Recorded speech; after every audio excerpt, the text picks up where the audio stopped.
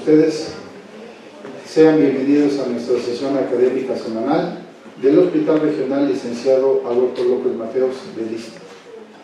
A nombre de la dirección del hospital y de la Coordinación de Enseñanza e Investigación, les damos la más cordial bienvenida. Estaba programada una conferencia con el tema de influenza, pero nuestro profesor tuvo un incidente de última hora y nos pidió una disculpa, pero la sesión no deja de presentarse y tenemos un tema de suma importancia que además queda muy bien porque es el mes mundial de la enfermedad de Alzheimer y hoy tendremos la oportunidad de escuchar este tema con una experta, dado que la doctora Flor María de Guadalupe Ávila Femat, quien es nuestro jefe de enseñanza del hospital, ella es médico internista y tiene un posgrado en geriatría. Esto le permite conocer la enfermedad perfectamente en forma muy estrecha, dado que atiende muchos pacientes que lamentablemente padecen esta enfermedad, que es la enfermedad del siglo XXI. Y bien, pues no me queda más que agradecerle a la doctora Ávila Femat que haya aceptado presentar esta sesión y a ustedes su presencia. Demos un fuerte aplauso a nuestra profesora, por favor, y muchas gracias por estar aquí. Bien, muchísimas gracias. De hecho, esta sesión iba a ser la de la semana entrante. El día 21 de septiembre es el Día Mundial del Alzheimer y bueno, se celebra el mes completo. Entonces no vamos a hacer más que adelantarla en razón de lo que el doctor ya nos explicó. Les quiero decir que este póster, este afiche y este lema es el lema de la Organización Panamericana de la Salud, de la Organización Mundial de la Salud, a propósito del Alzheimer, y de lo que se trata es de concientizar a la población, tanto a la población general como al personal de salud sobre la importancia de la enfermedad. Entonces voy a estar usando este material, que es el material de la Organización Panamericana de la Salud, que ustedes pueden descargar gratuitamente, está para que todos lo usemos, y está en español o en inglés o en francés, como ustedes lo quieran utilizar, pero me parece que es muy bueno. Entonces vamos a empezar con el tema, y lo primero que yo tengo que decirles es que particularmente para mi visión el envejecimiento es un éxito de la salud pública, ¿sí? El hecho de que ahora en México existamos, porque yo ya soy un adulto mayor, existamos, pues sí tengo más de 60 años, entonces probablemente sea más vieja de lo que parezco, pero que bueno, sí, pero habemos alrededor de 13 millones de personas de 60 años en adelante, y cerca del 8% de esta población podríamos tener enfermedad de Alzheimer, lo cual pues habla de números muy importantes. Ahorita vamos a ver un poco, yo no voy a hablar de los síntomas de la enfermedad, en realidad voy a hablar desde el punto de vista de la salud pública, ¿sí?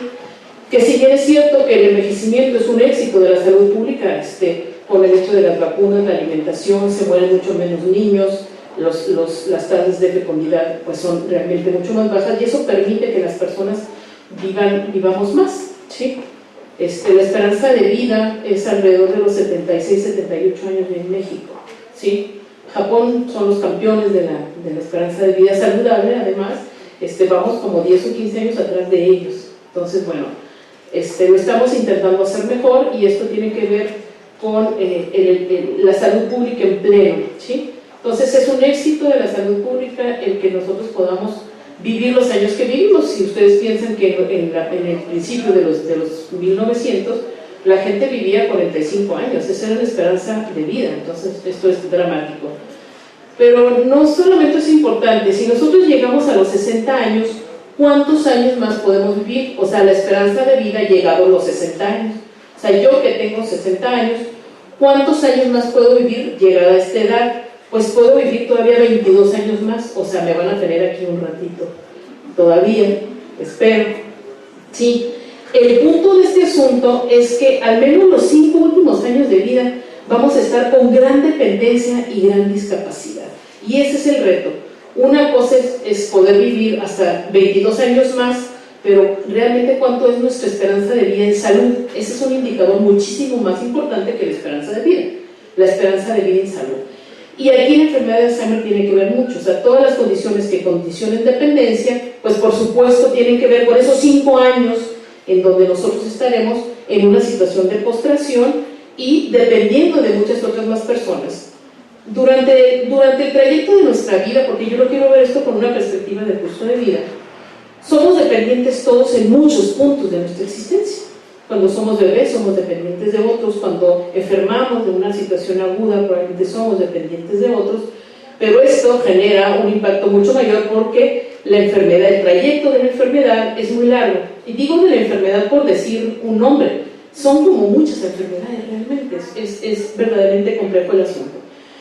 Y este proceso de envejecimiento en México pues no siempre se hace en las mejores condiciones, entonces hay exposición a múltiples riesgos durante etapas tempranas, hay insuficientes recursos económicos, sabemos que en las sociedades más pobres se envejece peor y hay más frecuencia de enfermedad de Alzheimer, hay insuficiente apoyo social y por lo pronto hay una ausencia de sistema de cuidados de largo plazo, que es que este sistema de cuidados de largo plazo nos tendría que ayudar a cuidar a todas estas personas que tienen deterioro cognitivo, entre otras cosas. Les quiero decir que la Secretaría de Salud le ha encargado al Instituto Nacional de Geriatría desde hace cuando menos 3 años, pero ahora más fuertemente, más importantemente, a partir de la Subsecretaría de Prevención y Promoción, que se desarrolle el sistema de cuidados de largo plazo, ¿sí? Entonces esto va para allá y nos va a ayudar a todos nosotros. Entonces hay un acceso también limitado a los sistemas de salud, o sea, usted sabe la cantidad de personas que no tienen cobertura en salud en México, todavía son muchos millones. Y bueno, este nuevo instituto que espero que por ahí funcione y sustituya el Seguro Popular, por ahí tendrá que ver, ¿sí? Es tal el impacto económico y funcional de la enfermedad de Alzheimer que la OCDE lo considera una causa principal de discapacidad en los países de la OCDE. O sea, los gobiernos desde el punto de vista económico están volteando hacia la demencia y hacia la enfermedad de Alzheimer como un factor importante en las economías de los países, porque cuesta tanto personalmente, familiarmente y desde el punto de vista de la salud pública que lo consideran ahora una causa principal de dependencia, ¿sí? Entonces, este documento es un poquito viejo, pero es donde realmente se empieza a empujar de manera formal todas estas situaciones. Hay alrededor de 50 millones de personas con enfermedad de Alzheimer en el mundo y cada 3 segundos hay una nueva. Yo espero no en los siguientes 3 segundos declarar una de esas, pero eso está sucediendo, esto es absolutamente dinámico, ¿sí? Y ustedes pueden ver el número de casos, números relativos por 100.000 habitantes en México para 2005, pero si lo pasamos para 2017, vean el aumento de números de casos, ¿sí? Por 100.000 habitantes. Brasil está un poquito peor que nosotros, pero esta es una tabla dinámica, eso si ustedes la visitan, ¿sí? Van a ver cómo se van moviendo los colores de los países de acuerdo a cómo va aumentando esta situación. Entonces tenemos un nuevo caso cada 3 segundos y se espera que para el 2050 tengamos 131 millones de personas con enfermedad de Alzheimer, ¿sí? Y estos son datos un poquito viejos, ¿sí? Ahorita vimos que teníamos ya 50 millones.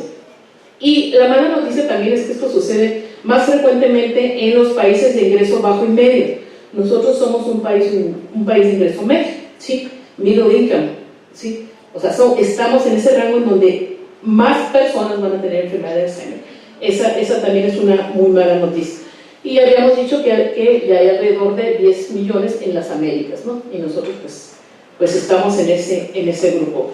El costo calculado en Estados Unidos para 2030 va a ser de $1 trillón de dólares. $1 trillón de dólares. Esto cuesta la enfermedad. Ellos que lo miden todo, o sea, porque cuesta mucho, calculan que para 2030 les va a costar $1 trillón de dólares, ¿sí? Eso no sé ni cuántos ceros lleva.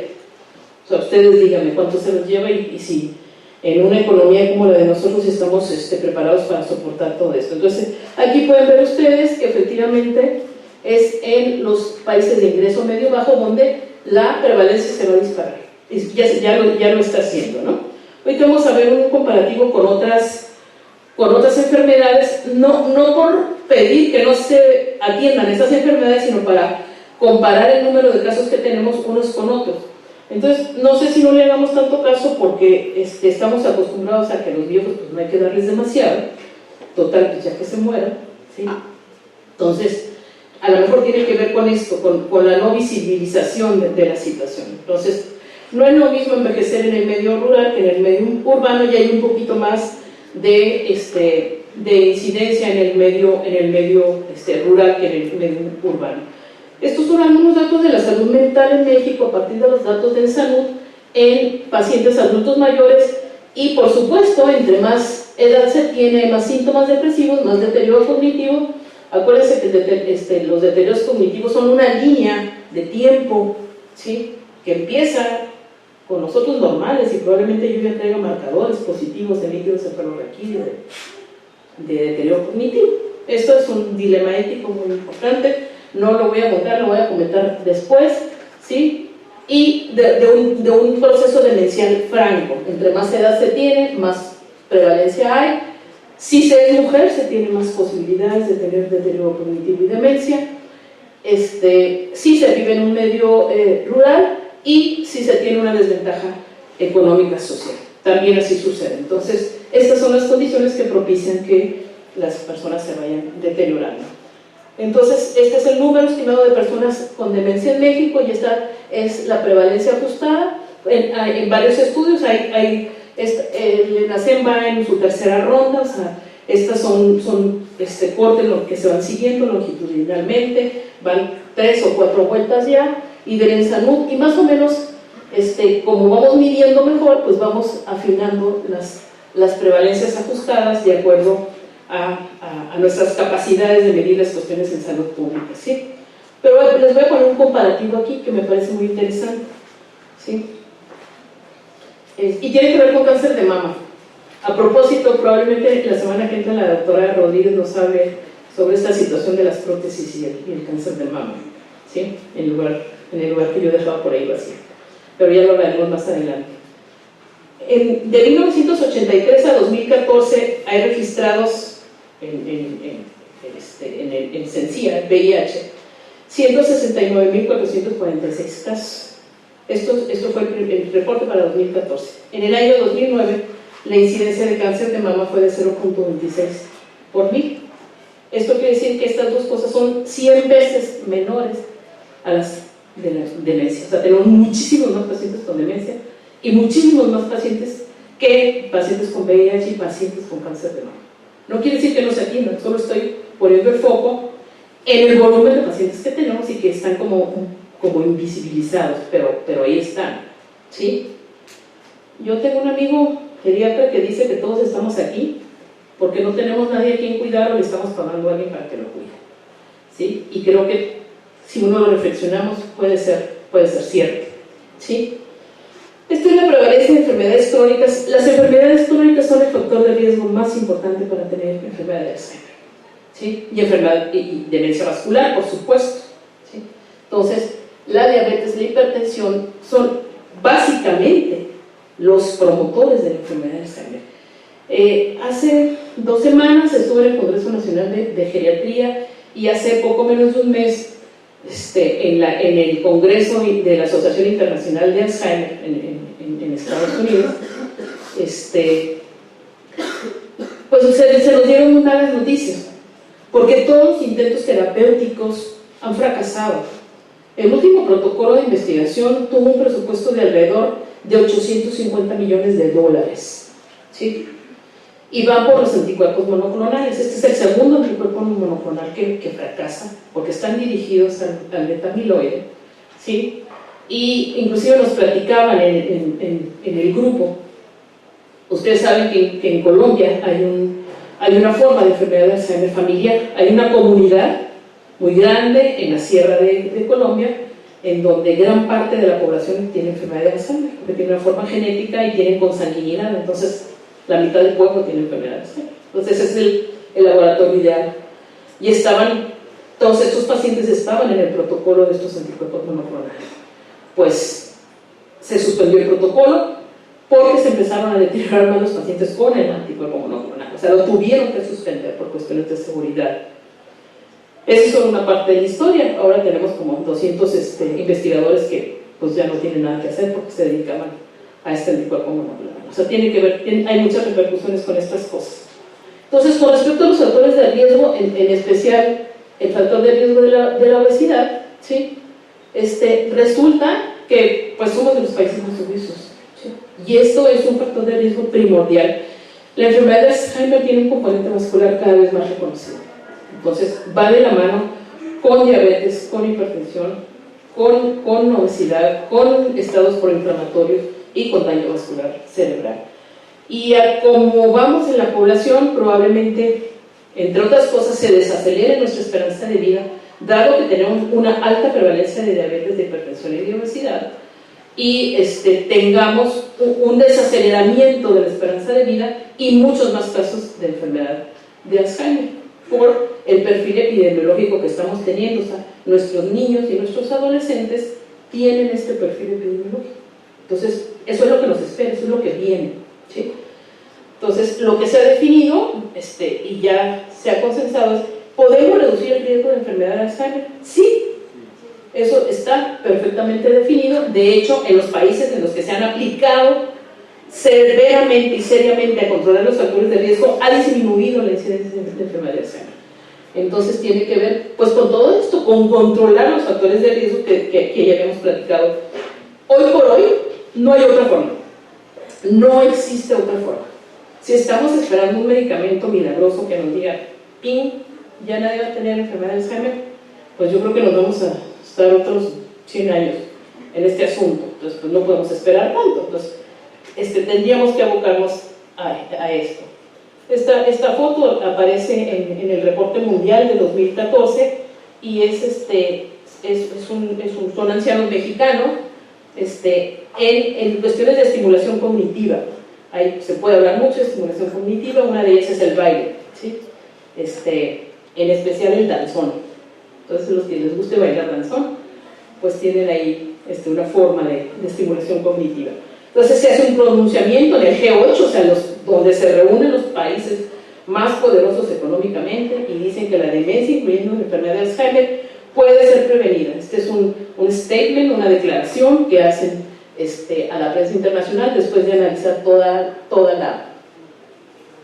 la literatura. Este es un artículo que es parteaguas en la cuestión de la prevención. No se alcanza a ver muy bien. Esto es la trayectoria de vida, y nos dice que si nosotros controlamos algunos factores, podemos reducir potencialmente hasta el 35% de los factores modificables. Tenemos toda esa oportunidad para modificarlas, ¿sí? Una es, lo genético, ahí pues ni nos metemos porque no hay mucha forma por lo pronto, ¿sí? Pero si nosotros controlamos la educación, o sea, entre menos educación, más posibilidades hay de que nos demenciemos.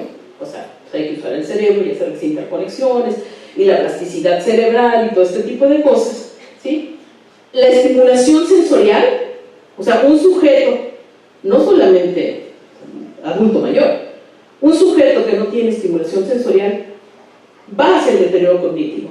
Solamente si nosotros ayudáramos a las personas a ver mejor, les quitáramos las cataratas, les pusiéramos sus auxiliares auditivos, venimos reduciendo el riesgo de que el paciente quede demenciado, ¿sí?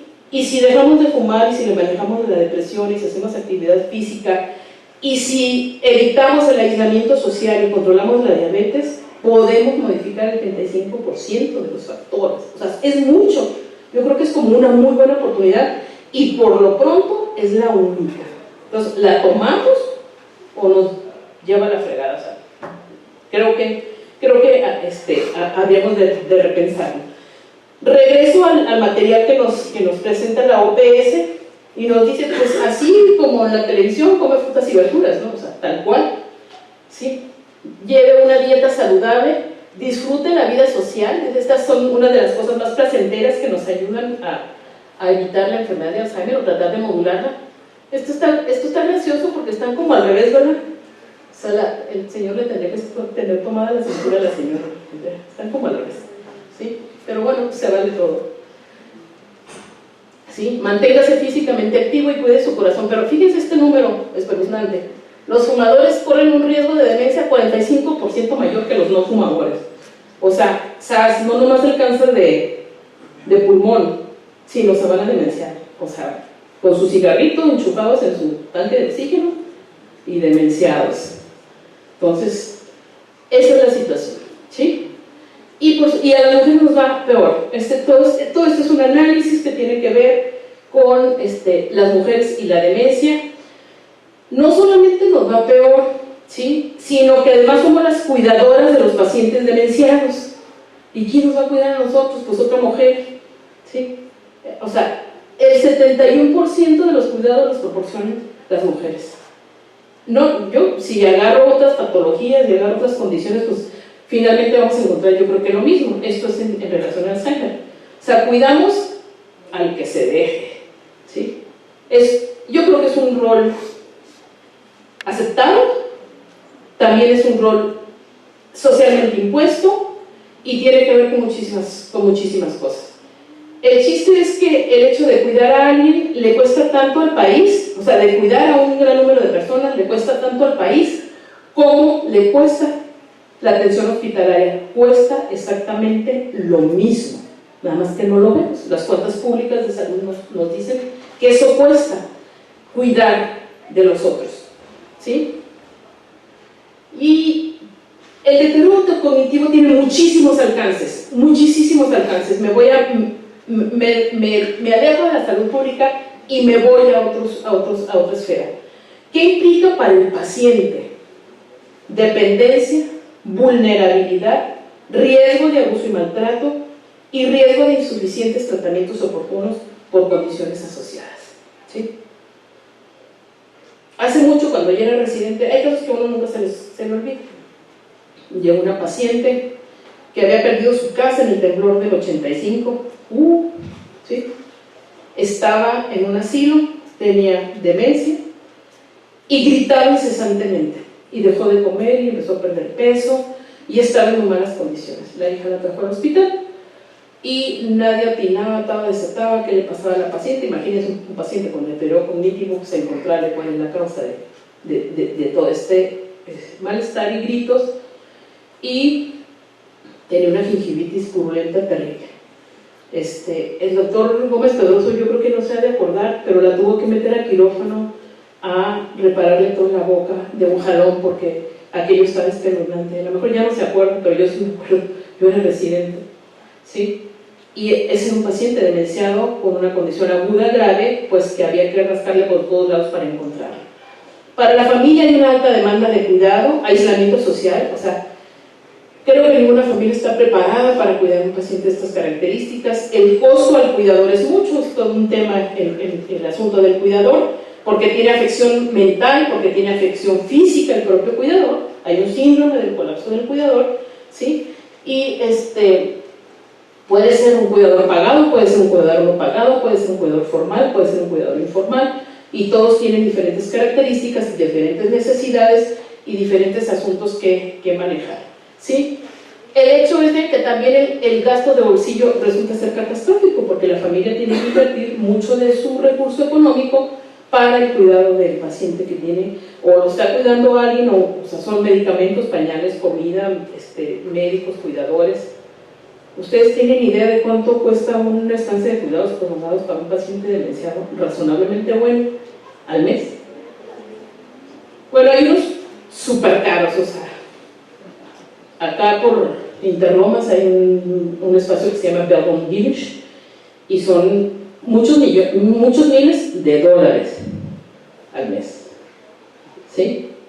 O sea, el rango, y como no hay regulación, porque no existe un sistema de cuidados, pues cada quien hace como quiere, como puede. Ellos tienen un modelo bien piloteado, demostrado, porque parte de universidades de Estados Unidos, pero pues es muy redituable venir a poner una cosa de estas aquí. Van a poner 7 en el país, o sea, buen negocio, ¿verdad? Sí. A veces pienso que queda en el otro, no es cierto. Pero esto, fíjense bien lo que les voy a decir. El adulto mayor como sujeto de consumo de servicios es uno de los más importantes, va a ser uno de los más importantes en este país, Escuchen lo que les digo. O sea, los geriatras siempre vamos a tener trabajo. Pero eso nos confronta un montón de dilemas éticos, ¿Cómo vivir y morir con dignidad y calidad frente a una discapacidad progresiva? No se los voy a contestar, ¿eh? Ahí se los dejo, ustedes reflexionenlo. Necesitamos un sistema de salud que promueva los cuidados, necesitamos tratamientos que impidan el deterioro, hasta ahorita no los tenemos. ¿Qué implica que a mí me digan que me voy a demenciar? ¿Qué voy a hacer con mi vida y con la de los demás si sé que me voy a demenciar? ¿Sí? ¿Cuál es el valor del diagnóstico temprano? Tenemos desafíos éticos, políticos, ¿sí? Esto tiene que ver con la investigación en Alzheimer. El hecho de ahora poder tener biomarcadores en líquidos cefalorraquídeos antes de tener ni un solo síntoma, yo no sé si esto se tenga que hacer o no. No les puedo contestar, no se los podría contestar. A falta de una cura, la prevención retrasará, pero no eliminará, solo retrasará la presentación de la enfermedad, pero no la quita, no se va a ir, ahí está, ¿sí? Va a seguir sucediendo. Este deterioro que degrada lentamente la autonomía conlleva el hecho de que otros, como los cuidadores, van a sufrir también las consecuencias, o sea, el paciente y la familia. La pregunta que debemos hacernos es, ¿cómo vamos a vivir con todo esto? Como sociedad, ¿cómo vamos a vivir con todo esto? ¿Sí? Estos son 10 datos de alerta. Este también es un póster que usa la Organización Mundial de la Salud para alertarnos de que esto puede estar pasando. Pues ojalá fuera así tan sencillo. Todo el mundo dice, no, es que le falla la memoria. ¿Y qué tal que no le falla la memoria al principio, sino le falla la atención, o le falla el estado de ánimo? ¿Sí?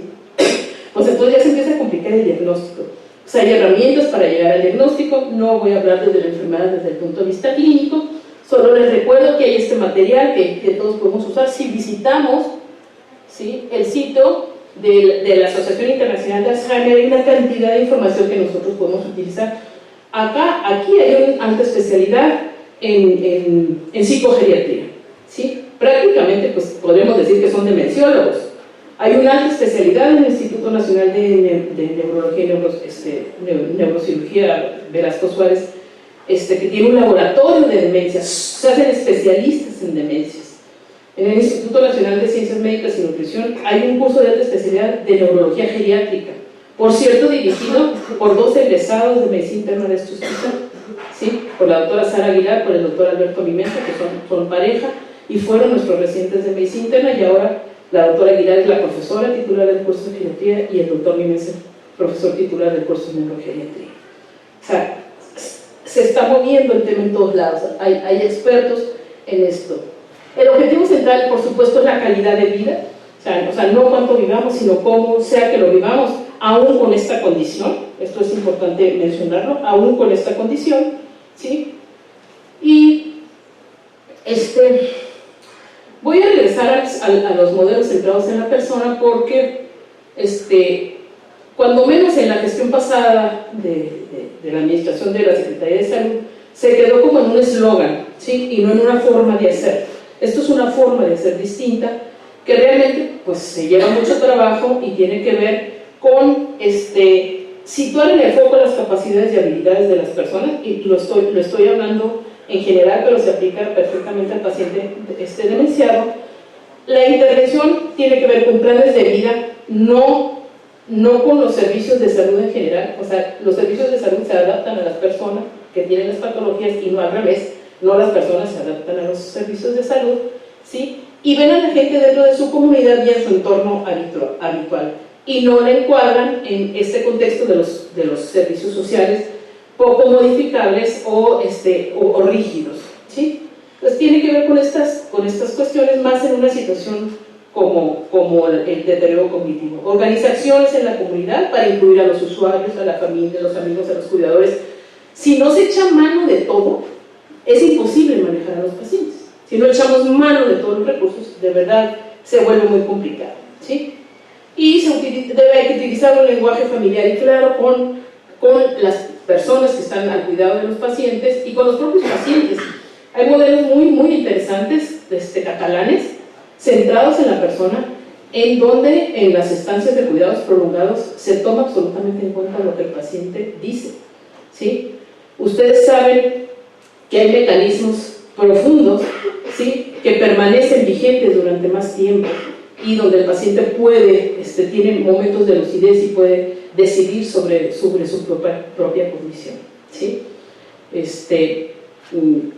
Los catalanes tienen muy desarrollados estos modelos, en especial en Barcelona o en el País Vasco. En el País Vasco también hay unos modelos de atención muy interesantes, pero se trata en general, ¿sí?, de cuando el paciente está sano, reducir los riesgos, los factores de riesgo. Cuando las personas están, como todos los que estamos aquí sentados, hay que controlar los factores de riesgo. Una vez que hay un deterioro leve, hay que hacerlos todo lo que se tenga que hacer para prolongar la vida, para mantener la condición de salud. Después ya no estamos hablando de prolongar la vida, estamos hablando de mantener la funcionalidad, mantenerlo funcional el más tiempo posible. Después ya no estamos hablando de mantener la funcionalidad, sino de maximizar el confort, ¿sí? Y esta etapa puede ser muy larga, como ustedes pueden ver, maximizar el confort. Este paciente que probablemente ya esté postrado, que tenga alguien que alimentarlo, que sea incontinente, que ya no se reconozca a sí mismo, que se vea al espejo y no se reconozca, que no reconozca a los hijos que parió, que no reconozca al señor con el que estuvo casada 50 o 60 años. O sea, esto es verdaderamente dramático. O sea, imagínense no reconocer al hijo que parí, ¿qué? O sea, es terrible, ¿sí? Por eso ya les dije a mis residentes que me pongan potasio intracardíaco cuando me vean babeando, por favor. Lo digo en serio, ¿eh? No me crean que es ya hice un estropicio, pero lo digo perfectamente en serio, ¿eh? ¿Sí? Hay planes mundiales para esto. Acaba de ser publicado un plan mundial para contender con la enfermedad de Alzheimer. México tiene un plan para contender con la enfermedad que tiene que ver con estrategias de salud pública, por supuesto. Tiene muy poco presupuesto, como todas las cuestiones en México se batalla mucho para echarlas a andar, pero a mí particularmente me tocó participar en el desarrollo de este plan durante el tiempo que estuve en el Instituto Nacional de Geriatría, y de lo que puede dar cuenta este plan, ¿sí?, es de las estrategias de educación, ¿sí?, que a mí me tocó desarrollarlas, que están consignadas en el reporte mundial de 2016, con lo que hasta ese momento teníamos nosotros hecho, y que es entrenar a los profesionales de la salud, ¿sí?, es la parte que nosotros podríamos aportar en ese momento, y se definieron varias formas. Un diplomado en línea, o sea, todo esto es en línea, es una plataforma porque es la forma más eficaz de educar a grandes volúmenes de personas, ¿sí? El diplomado es más complejo. Este es un modelo de atención centrado en la persona, un paciente con Alzheimer, que se hizo con la Federación Mexicana de Alzheimer, el Instituto y la Asociación de Alzheimer Cataluña, que tiene este modelo desarrollado que yo les platicaba. Y hicimos un MOOC, o sea, un curso online masivo, en donde metimos a 5,000 personas en una plataforma para aprender para atención primaria de la salud. O sea, el médico de primer contacto que tenga las bases fundamentales para la enfermedad, reconocer la enfermedad y las demencias. Pues esto es lo que yo tengo que decirles, solamente es alertar sobre la enfermedad y esperar que a ustedes les interese. Hay muchos estudiantes de medicina, todos en sus escuelas llevan geriatría. Hay muy pocas escuelas en México que ya no lleven geriatría en su currículum. Esto ha sido un trabajo de mucho tiempo. Entonces yo les invito a que busquen los espacios para aprender la atención al cuidado del adulto mayor, y si algunos de ustedes se deciden por la geriatría, pues me avisan, ¿sí? A lo mejor van a ser uno de mis médicos. Pues les agradezco mucho su atención y que me hayan escuchado.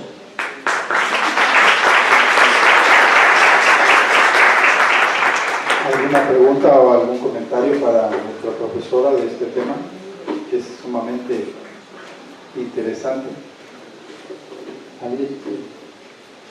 Doctora Rodríguez.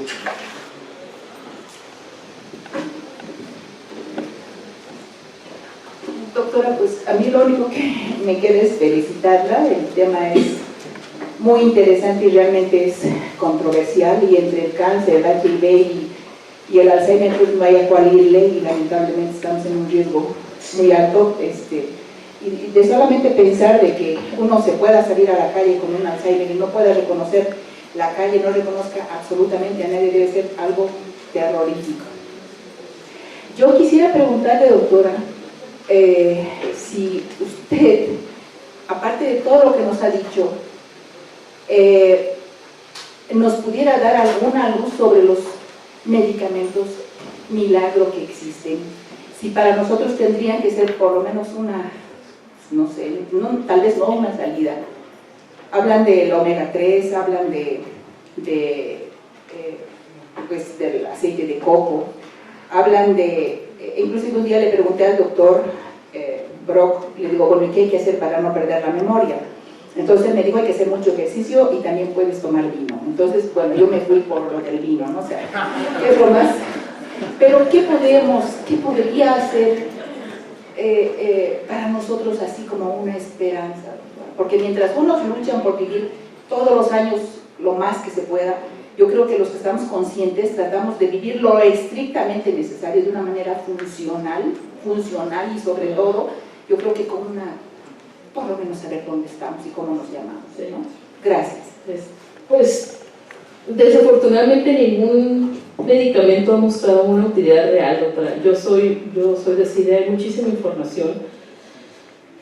Algunos medicamentos usados a etapas muy iniciales probablemente tengan algún efecto modulador de la enfermedad, pero al final el paciente gasta mucho y no hay mejorías sustanciales, ¿sí? Es que si omega 3, que si nootrópicos y una bola de cosas, pues no funciona, doctora. Para esto no funciona. Cuando uno dice controlar los factores de riesgo, en realidad está diciendo controlar los factores de riesgo no solamente para la enfermedad de Alzheimer, sino para una bola de cosas, ¿sí? Entonces sí, efectivamente ahí sí entra el vino, bueno, siempre y cuando sea de la franja de buen vino, del Valle de Guadalupe, que es mi tierra, ¿no?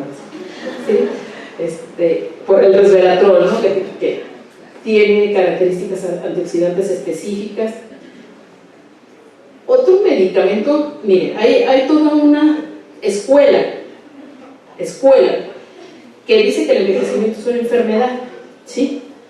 Y hay todo un contexto ahora que se llama las gerociencias, no la medicina antienvejecimiento, ojo lo que estoy diciendo, las gerociencias, en donde el sustrato central de todas estas enfermedades efectivamente es el envejecimiento.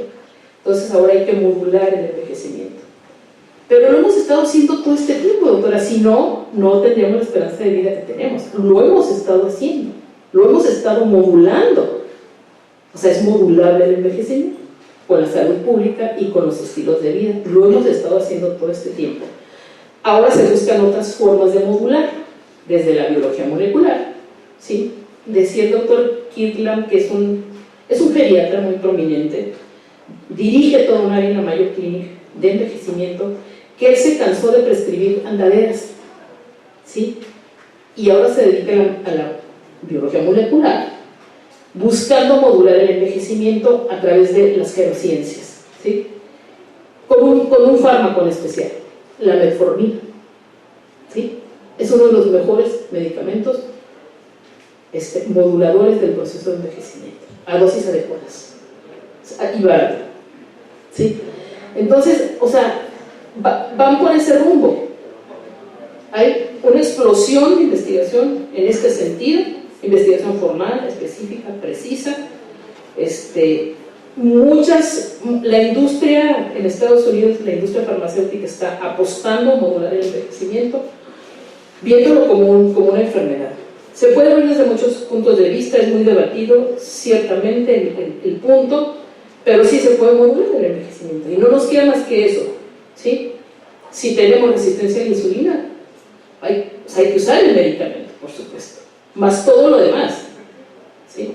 Y estamos modulando no nada más el riesgo de la enfermedad de Alzheimer, sino de muchas otras cosas. No les estoy diciendo que todos tomen metformina, o sea, por favor, por Dios, ¿sí? No les estoy diciendo eso, pero sí que hay algunos caminos que se están explorando en estas cosas. Cuando hay una carga genética suficiente, doctora, hay familias que a los 40 años las personas están demenciadas, ¿sí? Pero esta es una forma particular de la enfermedad, que está bien definida y que afortunadamente no es la mayoría. La otra es pues todos los pacientes con diabetes, hipertensión y cardiópatas que al final también tienen daño vascular cerebral y yo creo que la forma más frecuente es mixta, enfermedad de Alzheimer con demencia vascular, y están ahí juntas unas con otras. Entonces, pues, ¿cuándo nos tomamos un vino, doctora? Sí. Sí. El doctor es experto en vino.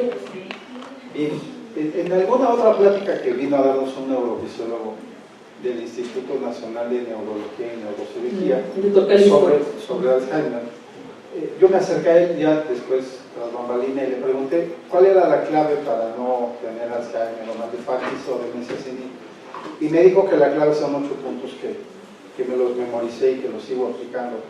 Digo, primero, tiene que leer usted diario, cuando menos 15 minutos, algo diferente a lo que es su información cotidiana. 2, comer bien, un plato de buen comer, idealmente una dieta tipo mediterránea que tiene muchos antioxidantes. 3, hacer algo diferente, como estudiar otro idioma, tratar de una maestría, un doctorado, pintura, arte, cocina, una actividad diferente. Música. Un hobby, bailar danzón. 4, tomar café todos los días, 1 o 2 tazas, pero con cafetera, con papel filtro, para que se quede el colesterol en el papel filtro, y tiene usted café con antioxidantes y con cafeína para un mejor desempeño cognitivo. 5, tiene que reír todos los días, más de 100 veces, risa sana, no burlarse de la gente, eso no es risa, eso es inclusive nocivo, pero risa de chistes, de cosas de anécdotas que te hacen reír. Después, hacer ejercicio 30 minutos todos los días, el simple hecho de caminar, pero metódicamente, 1 copa o 2 copas de vino tinto con los alimentos, que son parte de el vino tinto es el que más antioxidantes tiene más de 800 sustancias benéficas, muchos electrolitos, minerales, proteínas, pero sobre todo los 21 antioxidantes, los polifenoles y el resveratrol, que es el número 1, que es cardioprotector, neuroprotector, y además se evita el envejecimiento de todo el cuerpo. Y además, ser feliz, buscar motivos de felicidad, y lo más importante, rodearse de amigos cotidianamente, para que la convivencia social te lo permita. Si usted aplica todo esto todos los días, va a ser un tipo longevo, sano y feliz. ¿Cuál es el problema? Me dijo, que no pensamos que vamos a envejecer. Creemos que siempre vamos a estar como estamos hoy, y por eso no hacemos prevención. Hablando con compañeros cirujanos pediatras, decíamos, oigan, hay que trabajar, pero también hay que ahorrar para la vejez. Y una compañera que vive en Barcelona dice, doctor, acá es obligatorio que todos los adultos mayores se vayan a un asilo. El problema es que sale muy caro, 400 euros al mes, y haciendo la conversión, pues es 1.800.000 pesos. Digo, 1.080.000 pesos anuales de puro asilo. Si fuéramos aquí en México, pues no creo que nadie tuviera 1 millón de pesos para gastárselo cada año en su asilo, ¿no? Mientras envejecemos. Entonces, yo creo que los años que te quedan después de la prevención de esto, que dijo la doctora, yo creo. Y Toño Leiva, el jefe de apoyo nutricio, me dijo, Andrés, después de los 40 años hay que tomar metformina como profilaxis para problemas de diabetes y de problemas pancreáticos. La metformina sí es un medicamento que ayuda a prevenir muchos problemas. Tómate 400 miligramos diario y vas a tener menos riesgo de tener diabetes. Esa es una dosis muy chiquita. Eso nos dijo, exacto. O sea, para efectos realmente anti-envejecimiento son arriba de 850 miligramos. Pero para diabetes, entonces si tomas diabetes y envejecimiento. No, y además el problema de salud, doctora, o sea, haciendo esa prevención, doctor, ¿cuánto puede costar la metformina en relación a lo que costaría si entramos en este campo tan álgido, ¿no? Entonces yo creo que tal vez ya deberían prescribirnos así a los que vamos más allá de los 40, ¿no? Sí. Bien, pues, ¿algún otro comentario? Los jóvenes están así con sus ojos bien atentos, porque sí, a ustedes les va a tocar una medicina diferente y les va a tocar muchos viejitos. Medicina de precisión. Sí. Así que pongan sus barbas a remojar, jóvenes. Muy bien, pues si no hay algún otro comentario o pregunta, pues le agradecemos esta excelente conferencia de la doctora Flora de la Pena, y a nombre de la dirección del hospital Nacional y de la Coordinación de Enseñanza e Investigación, entregamos un reconocimiento a la doctora Rubén Ávila. Eres muy amable, muchas gracias.